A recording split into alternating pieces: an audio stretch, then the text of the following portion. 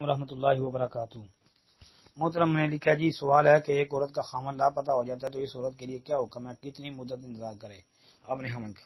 جی محترم بھائی، اس بارے میں حضرت عمر رضی اللہ عنہ کا جو فتویٰ ہے نا وہی راجح ہے کہ ایسی عورت جس کا خامد لاپتہ ہو جائے وہ 4 سال تک انتظار کرے اور پھر وہ بیوہ والی عدت گزار لے، یعنی وہ سمجھے کہ میرا خامد فوت ہو چکا ہے، 4 سال انتظار کر کے پھر وہ فوتگی والی عدت 4 مہینے 10 دن گزارے جی، اب آگے کہیں نکاح کرنا چاہے تو کر سکتی ہے۔